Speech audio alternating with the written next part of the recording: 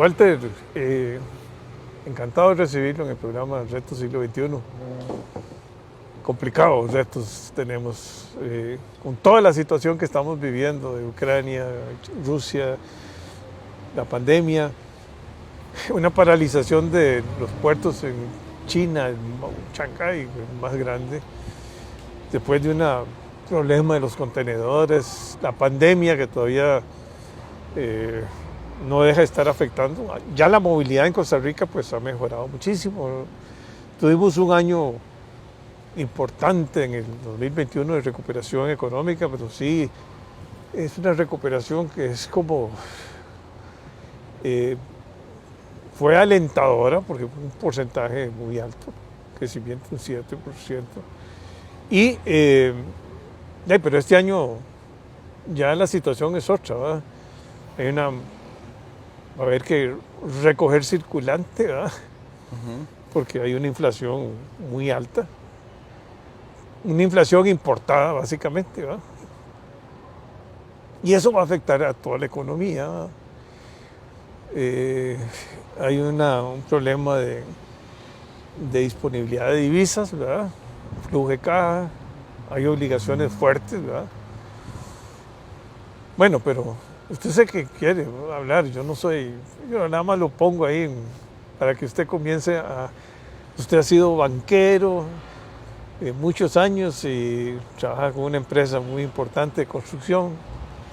Y aquí lo importante es dar una visión de cuál es... Bueno, hay un problema serio de pobreza, ¿verdad? Que se ha ido acelerando, ¿verdad? Y de desigualdad también. Ahora precisamente conversaba con el exministro de Educación, Antonio Pacheco, sobre la problemática de la educación. Ese es uno de los temas más grandes y más importantes que hay en este país. Y no es de diagnósticos, es de acción, como dice él, ¿verdad? Bueno, Walter, pero ya lo presenté. Muchísimas gracias, don Jorge, muy amable por la invitación. Son, múltiples temas que usted aborda. Inicio con la introducción que hacía. El tema, el reto que generó COVID se vuelve muy amplio realmente. Por ejemplo, con el tema de transporte y logística, ¿verdad? Yo diría pues todas las industrias ganadoras y perdedoras, pues siempre uno trata de ver también cuáles fueron las industrias ganadoras y no podemos dejar de lado la parte de alimentos, la parte médica. Hubo sectores beneficiados, ¿verdad? En los últimos 24 meses y el sector logístico experimenta retos importantes, ¿verdad? Con la crisis de los contenedores y ahí a su vez pues todas las cadenas de valor se ven afectadas. Propiamente en Costa Rica, como mencionaba, pues mis últimos 20 años estuve en banca y varios clientes lo que veíamos es el gran problema cuando usted tiene que establecer precios y usted ve un contenedor que antes le costaba $1,500, verlo después a $15,000, $18,000, pues sí. Claramente, y varios decían... Valía más el transporte que justamente lo que eso dice, llega un momento donde dice, es más caro el transporte que el producto que tengo ahí. Entonces, ¿qué es lo interesante de esto? ¿Cómo empieza a reacomodarse las economías mundiales? ¿Cómo termina Estados Unidos desligándose, desvinculándose de cierta forma toda la integración que tenía con China? Y ahí se abre una gran oportunidad para Costa Rica con el nearshoring y empieza a verse inclusive México qué podemos producir, porque primero por ubicación geográfica Costa Rica termina siendo sumamente estratégico, el tema digamos de desplazamiento de mercaderías más sencillo, la mano de obra en Costa Rica pues resulta que es interesante. Y ahí es un poco donde yo trato de enfocar las oportunidades. Mencionaba usted algo que para mí es un dolor social que hay que abordar y es la parte del desempleo, porque hay que desagregarlo. Yo diría que hay dos realidades, hay dos Costa Ricas y tristemente existen. Una es aquel profesional, ¿verdad?, que pues tiene una formación técnica, que tiene un segundo idioma, que claramente se absorbe muy sencillo, ¿verdad?, con transnacionales. E incluso me comentaban en una reunión en Procomer y en CINDE que a veces más bien llegan transnacionales y las mismas transnacionales no se alegran tanto porque se da hasta un canibalismo, ¿verdad? Con el tema de mano de obra, Y porque está empieza a subiendo escanear. los precios y al final... Entonces el colaborador que te costaba Sí. $1,000, $1,200, ya Claro. $1,500, $1,700, porque viene a hacerse una nueva empresa en Costa Rica que requiere 1,000 colaboradores, y la realidad es que estos 1,000 no es que gente del desempleo entra o se inserta en esa fuerza laboral, sino que generalmente de los mismos parques se da, pues digamos, un secuestro laboral hacia las nuevas fuerzas laborales. Entonces yo diría que esa es una Costa Rica. A la otra que le tenemos que prestar muchísima atención es a la parte, digamos, aquella que no es tecnificada, aquella que le cuesta insertarse en la parte laboral, debido a que probablemente no manejan un segundo idioma, no tienen, digamos, su formación académica, y ahí es donde realmente la Costa Rica se empieza, digamos, a deteriorar. Veía esta semana el detalle de, pues ya andamos por índices de pobreza y pobreza extrema por encima del 38%, y eso, digamos, en un tema incluso político empieza a complicar la estabilidad del país. ¿Por qué? Porque se abren oportunidades o vitrinas para que algunas fuerzas, digamos, no tradicionales, a las que hicieron, yo diría, grande a Costa Rica, ¿verdad? Una socialdemocracia de centro inclusive algo de izquierda, porque yo siempre he dicho, la Universidad de Costa Rica, la Caja del Seguro Social, son grandes conquistas de una izquierda equilibrada de centro, pero hay que tener cuidado cuando uno empieza a ver pobreza a esos extremos, y lo empezamos a ver en Sudamérica, ¿verdad? Con la llegada de ofertas políticas, digamos, no tan apropiadas, y muy recientemente, pues el triunfo de Petro en Colombia, ¿verdad? Bueno, yo espero que abramos los ojos, ¿verdad? O sea, Costa Rica está en serios problemas, y son problemas sociales, y se producen en la educación. Concuerdo. El problema es la educación, ese es el problema central.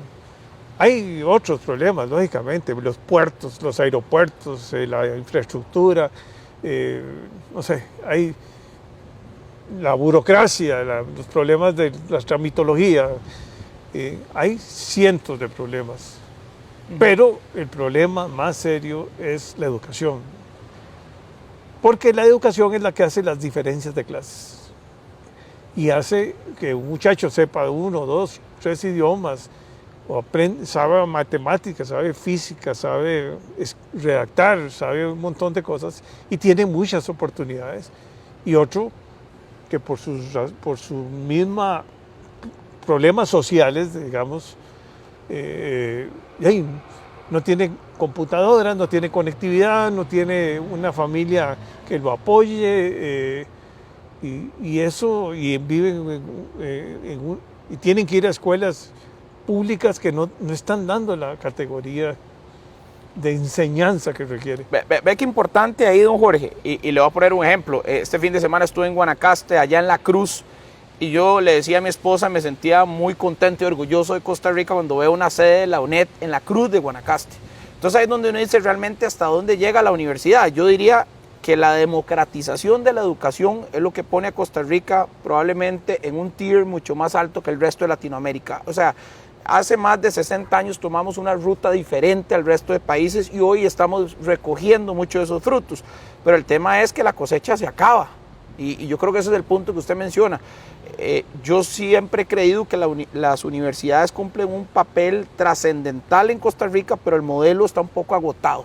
O sea, hay que realmente dinamizar las universidades públicas, porque esa es la que realmente hace que una persona de un extracto social bajo tenga la oportunidad de llegar a ser incluso hasta un gerente general de una transnacional. Y esos son los casos de éxito que en Costa Rica se dan. ¿Por qué? Porque tenemos talento. Y para mí la función del gobierno es ser de un facilitador del acceso a la economía, con trámites simples, a la educación, mejorando las condiciones. Y algo que yo siempre menciono y nunca dejo de lado es, si bien deben prepararnos profesionalmente para ser productivos, esa producción no debe ser siempre con el sombrero de colaborador de una compañía.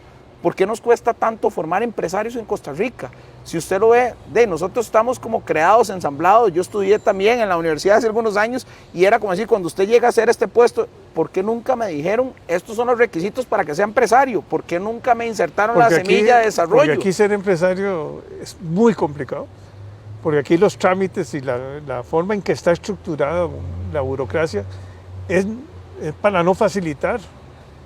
Y si usted llega a un banco, todavía le piden y le exigen que tenga garantías reales, y ojalá que tenga 3 años de su empresa. Antes claro. No. aquí no hay incubadoras. Las universidades no tienen incubadoras, ni las privadas ni las públicas. Aquí no hay capital de riesgo. Yo ahora vi, bueno, con Fodepyme y otras posibilidades, pero realmente que lleguen y que inviertan y que apoyen a un emprendedor que tenga capacidad, que sabe uno que va a salir. No se trata de emprendimientos pequeños, se trata de que se conviertan en grandes empresarios. Concuerdo, ve que interesante, yo diría, don Jorge, hay un encadenamiento de requerimientos, porque mencionamos el tema de educación, que sin duda es clave. Hay gente que no fue a la universidad, pero lo que pregunto es, ¿por qué el INAH no puede darte un curso de 6 meses de manipulación de alimentos, algo rápido para que puedas iniciar tu restaurante? ¿Por qué no puedes darte algún curso para que empeces tu barbería? O sea, cosas más sencillas, un taller de mecánica que te inserte en la economía formal. Y lo segundo, usted menciona la parte de trámites. Pero rápido. Claro, yo decía la parte de trámites. Vea, y le pongo un ejemplo sencillo. ¿Por qué no podemos copiar modelos que ya existen? Esto tampoco es inventar el agua tibia. ¿Por qué no podemos decir, como hacen los países nórdicos, abra usted, don Jorge, mañana su restaurante, sí, y aquí está la lista de los 10, 15 requisitos que está bien, hay que cumplirlos, pero usted tiene 6 meses para estabilizarlos. Y ojo, el inspector que llega a revisarlo no es para decirle, Jorge, vengo a cerrarle porque la señora de la cocina no utiliza guantes. No, vengo a guiarlo para que usted se estabilice su negocio y ese acompañamiento. Eso del lado de requisitos. Si usted menciona otro, yo diría otra base estructural, que es la parte bancaria. ¿Cuánta gente realmente va a bancarizarse y lo ayudan a bancarizarse? Porque lo más sencillo es llegar a un banco y decirle, Jorge, aquí están los 25 requisitos que me pide la SUGEF, porque la SUGEF es muy tajante en sus requerimientos, no hace mucha diferencia entre el empresario grande, el consolidado y el que está empezando. Entonces, si usted lo ve, es todo un encadenamiento que hay que trabajar en cuanto a requisitos, en cuanto a formación y sin duda en cuanto a capital de inversión y a capital de riesgo. Yo le decía a la gente, opciones, claro que hay. Se dio el bono proteger. ¿Por qué le da bono proteger a don Jorge y le deposita 100, 200 mil colones? ¿Por qué mejor no le dice, tráigame una opción, yo le compro una máquina de coser para que empiece a hacer trajes? Ahí está dándole una herramienta que produzca. Como decían los abuelos, no le dé el pescado, enséñale a la caña de pescar. Segundo, ahí anda dando mucha vuelta, le decía yo a varios, estuve en un foro y yo sé que hay mucha discusión en torno al ROP, y que si se lo doy o no se lo doy, tal vez no me voy a meter si es o no necesario darlo. Pero, por ejemplo, ¿por qué no le puedo dar el ROP a don Jorge, que se quedó sin empleo y tiene en el banco 10, 15, 20 millones en su ROP, y decirle, don Jorge, tome el 25, 30% del ROP, porque al final es para formar patrimonio, ¿qué mejor patrimonio que tener una empresa? Don Jorge, agarre con esos 20 millones de colones y cómprese un horno y tenga su panadería. Probablemente usted no tiene la capacidad de comprar el equipo. ¿Y qué pasa si utiliza el ROP para eso? ¿Cuál es el fin del ROP? Su pensión, tener un patrimonio. Es el patrimonio. Y además, ¿qué más mejor protegido si uno, bueno, con los riesgos que involucra cualquier empresa, pero generar ese semillero de empresarios? La verdad es que muchos dicen, no, mejor me meto yo a estudiar y ojalá me den un puesto en el gobierno, porque tranquilo, voy a tener más vacaciones, y ahí me pensiono. Y tengo buena pensión y me salvé. No, eso no es. O sea, hay que ver los países que han crecido y que se han mejorado y son los que impulsan a los emprendedores, a la gente bueno, el mejor ejemplo es Israel. Es un pueblo ejemplar, es un pueblo que ha luchado mucho, pero lo trae ya en el ADN la gente. Yo monto la empresa, sí, ¿cómo? Como sea. Como sea. Deme una capital semilla, bueno, el ROP, como decir, puede ser interesantísimo eso. No para ir a pagar una deuda, no.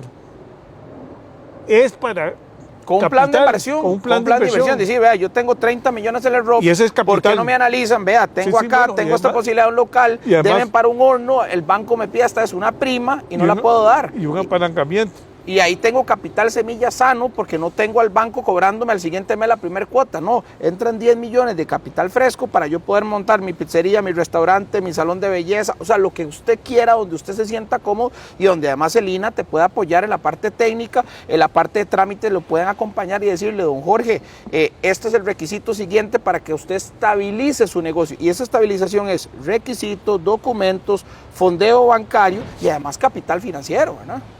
Sí, pero capital sin costo, porque si usted comienza endeudándose, No, ya empezaste perdiendo. Ya comenzaste perdiendo, y más que las tasas de interés de los bancos son asfixiantes. O sea, no puede ser que un Colones uno pague 14, 15, 16, llegamos a sumas ridículas de intereses aquí, en términos reales, ¿verdad? O sea, con una inflación de un 2% tenía uno que ir a pedir plata y le daban el 15%, 17% en colones. Y no había devaluación. Ahora la gente se endeudó en dólares. ¿Por qué? Porque era un problema de flujo de caja. Uno le decía, bueno, yo le vendo este apartamento, bueno, en tantos dólares, bueno, o tantos colones. Pero si uno hacía la suma de los, o sea, analizaba, hacía un flujo de caja, porque todo es flujo de caja en este mundo, y resulta que se hundía. ¿Cuántos iban el costo de la deuda? Claro, y entonces ahora hay 30,000 más o menos muchachos que están endeudándose. Para empezar su negocio, por eso vea lo que es el ROP. También usted tiene a su hija y su hija dice, bueno, tal vez yo no lo ocupo, quiero armar un negocio con mi hija que está desempleada, y le da un capital semilla sin carga financiera, porque usted va a ocupar que el negocio empiece a caminar. Entonces yo siempre he creído que es un tema de educación desde el plan financiero. Usted trae un plan de inversión que es coherente y tiene ahí, ¿quién mejor que usted que cuidar su patrimonio y decir, yo quiero que la floristería, que la panadería, el negocio que usted quiera montar camine, porque yo estoy poniendo mi patrimonio? Y creo que es ahí a donde hay que abrir un poquito esa oportunidad y dinamizar la economía, porque usted al montar su panadería, de ocupar harina, va a ocupar el asistente, y al final termina comprando huevos, comprando harina, y la economía empieza a dinamizarse. No, y el 98% de las empresas de este país son pymes, son pymes. Con menos de 5 empleados, o sea, son menos de 10. Son muy pequeños, sí, ¿verdad? Que terminan siendo muy familiares. Entonces la pregunta es si ahí está el dinamismo, el catalizador, ¿qué está haciendo el gobierno para impulsarlo aún más? Y también, bueno, y lo más serio es cuando uno llega y, bueno, y tengo que formalizarme. Sí, claro, formalícese. Pero entonces lo llama, ¿cómo hago con la caja? No, ya le comienzan a hacer todas las cargas y le comienzan a asumir un salario que no es real. Y los costos entonces la gente entra a la informalidad. Y la informalidad yo siempre digo, se ven tentados por la informalidad porque es tan caro. Formalizarse, que prefieren de flotar ahí en la economía formal. Y usted ve, el índice de informalidad en Costa Rica es altísimo y peor, con tendencia a seguir creciendo, ¿verdad? Ha venido creciendo. Y eso es fatal. Y al final toda la estabilidad de este país social depende mucho de cierta formalidad, porque la caja, el 28.5 del PEA, o sea, de la población económicamente activa, es la que se está llevando a la formalidad. El resto no es formal. Y que está asumiendo gran parte de las cargas tributarias, a su vez. Todo. Entonces, yo creo que hay que poner los pies sobre el suelo y hacer cambios, como vos muy bien lo explicás, porque hay que apoyar al pequeño. El problema, las multinacionales o las empresas grandes, ellas tienen gran capacidad, pero también han comenzado de pequeños y han crecido a base de gran esfuerzo y ahorro y de sacrificio y de educación. Y ser empresario es complicado, hay muchos riesgos. Yo siempre digo que es para valientes. Es para valientes, pero eso lo trae hay que tener eso en la sangre, sí. y en la educación. Hay que educar a los muchachos para que sean empresarios, para que emprendan, no para que sean simplemente empleados. Concuerdo. Yo admiro mucho a gente joven que realmente compra una cámara de fotografía o una cámara de televisión y ya comienza a armar su empresita y su estudio, y ahí van. Y aquí hay universidades públicas y privadas que apoyan y que forman gente en distintas especialidades, pero hay que hacer un cambio, y es un cambio, es un chip Sí. Porque es un spin de nuestro completo, estructural. sí, hay que limpiar porque nosotros no debiéramos de seguir formando... Y don Jorge, le complemento ahí, yo hace más de un año vi un estudio de un diario, no vamos a darle publicidad a nadie, que decía que el 80% de los jóvenes aspiran a ser funcionarios públicos, que no tiene nada malo eso, pero yo digo, donde la aspiración es tener esa estabilidad, yo digo, perdimos el norte de decir, yo aspiraría que el 80% de los jóvenes quisiera ser empresarios, quisieran construir, quisieran desarrollar y no decir, vienen a engordar la nómina de los 335,000 colaboradores. Entonces la solución de Costa Rica, ¿qué es? Tener 1 millón de funcionarios públicos y ¿quién los va a pagar? Si hoy ya sabemos el gran déficit que tiene el gobierno. Entonces, desde ahí, por eso le decía, el cambio chip, ese spin, hay que generarlo para realmente las universidades, el sistema, los requisitos, los bancos, se unan, se alineen estratégicamente también, para desarrollarlo. Pero también como los salarios en el sector público son, buenos en la mayoría, relativamente, sobre todo en ciertas instituciones públicas, ¿verdad? Más el incremento de anualidades y el resto de beneficios, ¿verdad? Y vacaciones y prestaciones de 20 años algunos, la gente dice, bueno, bien, está bonito. ¿Dónde está la mejor oferta laboral? ¿Dónde está la mejor oferta? Y la estabilidad permanente, ya. O sea, ya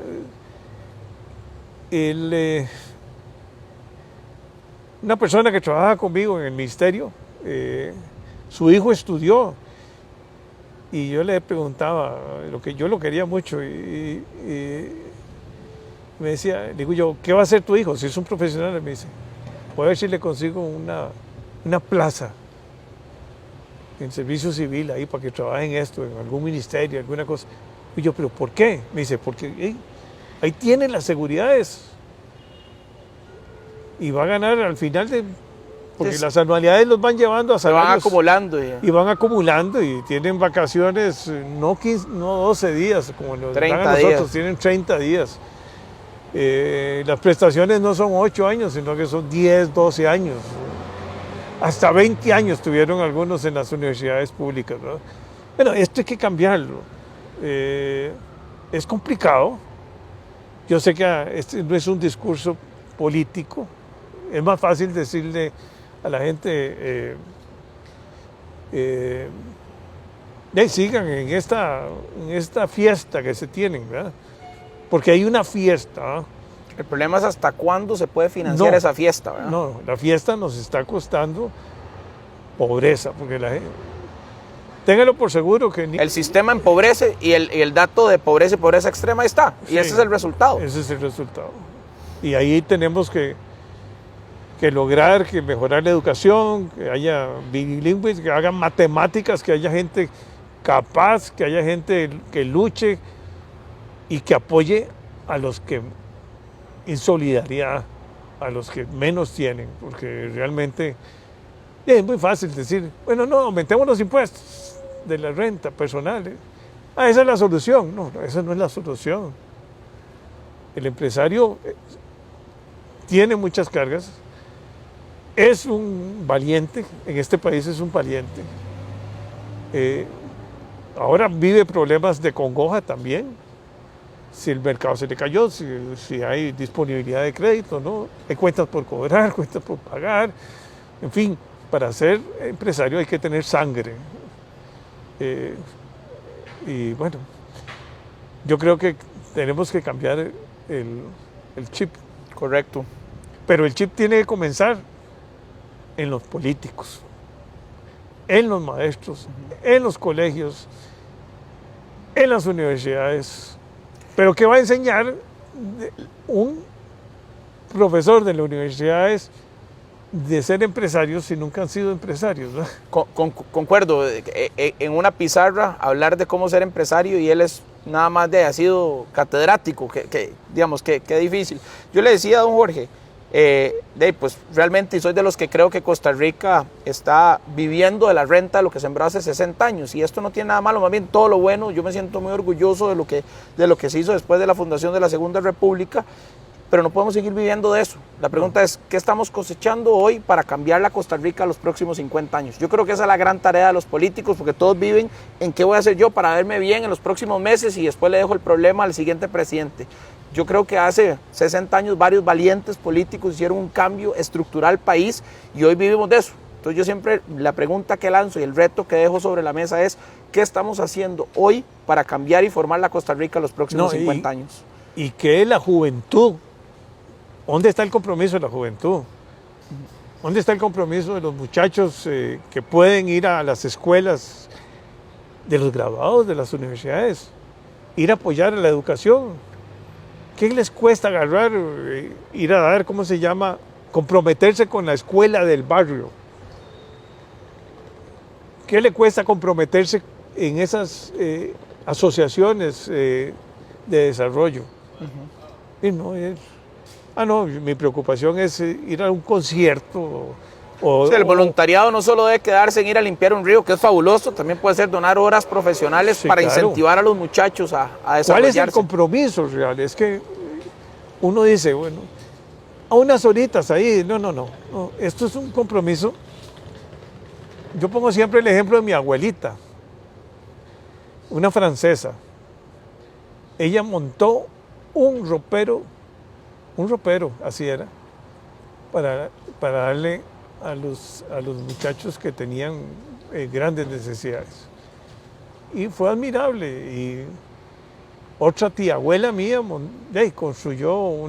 con mi abuela construyeron una escuela ahí en el barrio Cuba, un templo.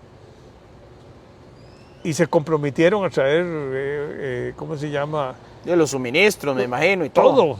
Ellas suplían también la carencia del Estado, probablemente en ese momento. Sí, porque el Estado es totalmente ineficiente, ¿verdad? Eso hay que entenderlo, o sea, eso es algo aquí y en todas partes del mundo.